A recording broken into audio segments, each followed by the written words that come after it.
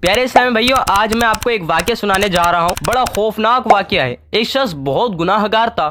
وہ ایک دفعہ خلیفہ عبد الملک کے پاس گھبرایا ہوا آیا اور کہنے لگا، میں بے حد گناہ گار ہوں اور جاننا چاہتا ہوں کہ میرے لیے معافی بھی ہے یا نہیں، یعنی میں بخشا جاؤں گا بھی یا نہیں۔ خلیفہ عبد الملک نے اسے کہا، کیا تیرا گناہ زمین و آسمان سے بھی بڑا ہے؟ اس شخص نے جواب دیا، جی ہاں، میرا گناہ زمین و آسمان سے بھی بڑا ہے۔ خلیفہ نے پوچھا، کیا تیرا گناہ لوح و قلم سے بھی بڑا ہے؟ اس شخص نے کہا، میرا گناہ لوح و قلم سے بھی بڑا ہے۔ پھر خلیفہ نے پوچھا، کیا تیرا گناہ عرش و کرسی سے بھی بڑا ہے؟ دوبارہ اس شخص نے کہا، میرا گناہ عرش و کرسی سے بھی بڑا ہے۔ آخر میں خلیفہ نے کہا، بھائی یقیناً تیرا گناہ اللہ پاک کی رحمت سے تو بڑا نہیں ہو سکتا۔ جیسے ہی اس نے یہ سنا تو اس کے سینے میں تھما ہوا طوفان آنکھوں کے ذریعے امنڈ آیا اور اس نے رونا شروع کر دیا۔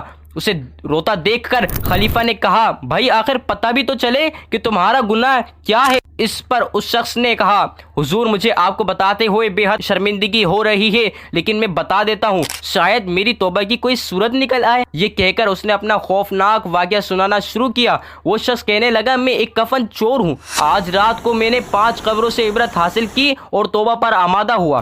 کفن چرانے کی وجہ سے جب میں نے پہلی قبر کھودی تو مردے کا منہ قبلے سے پھرا ہوا تھا۔ میں خوف زدہ ہو کر جیسے ہی پلٹا کہ ایک غیبی آواز نے مجھے چونکا دیا۔ کوئی کہہ رہا تھا، اس مردے سے عذاب کا سبب تو دریافت کر لے، عذاب کی وجہ تو معلوم کر لو کہ اسے عذاب کیوں ہو رہا ہے۔ میں نے کہا، مجھ میں ہمت نہیں، تم ہی بتاؤ۔ آواز آئی، یہ شخص شرابی و زانی تھا۔ دوسری قبر کھودی تو ایک دل ہلا دینے والا منظر میری آنکھوں کے سامنے تھا۔ کیا دیکھتا ہوں، مردے کا منہ خنزیر جیسا ہو چکا ہے اور تو کو زنجیر میں جکڑا ہوا ہے۔ غیب سے آواز آئی، یہ جھوٹی قسمیں کھاتا اور حرام کھاتا تھا۔ تیسری قبر کھودی تو اس میں بھی ایک بھیانک منظر تھا۔ مردہ گدی کی طرف زبان نکالے ہوئے تھا اور اس کے جسم میں آگ کی کیلیں ٹھوکی ہوئی تھیں۔ غیبی آواز نے بتایا، یہ غیبت کرتا، چغلی کرتا اور لوگوں کو آپس میں لڑواتا تھا۔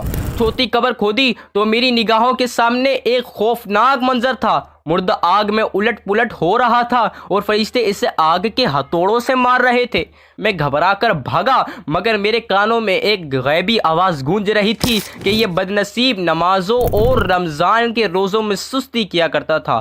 پانچویں قبر کھودی تو اس کی حالت پہلے کی چاروں قبروں سے بالکل الگ تھی۔ قبر حد نظر تک وسیع، یعنی جہاں تک نظر جائے نگاہ جائے وہاں تک پھیلی ہوئی تھی۔ اندر ایک تخت پر خوبصورت نوجوان بیٹھا تھا۔ غیبی آواز نے بتایا، اس نے جوانی میں توبہ کر لی تھی اور نماز اور روزے کا سختی سے پابند تھا۔ پیارے پیارے اسلامی بھائیوں، اللہ پاک کبھی کبھی قبر کے حالات اس لیے دکھاتا ہے تاکہ لوگ ان سے درس عبرت حاصل کریں اور گناہوں سے بچیں اور نیکی کے راستے پر آ جائیں۔ صلو علی الحبیب صلی اللہ علیہ محمد صلی اللہ علیہ وسلم۔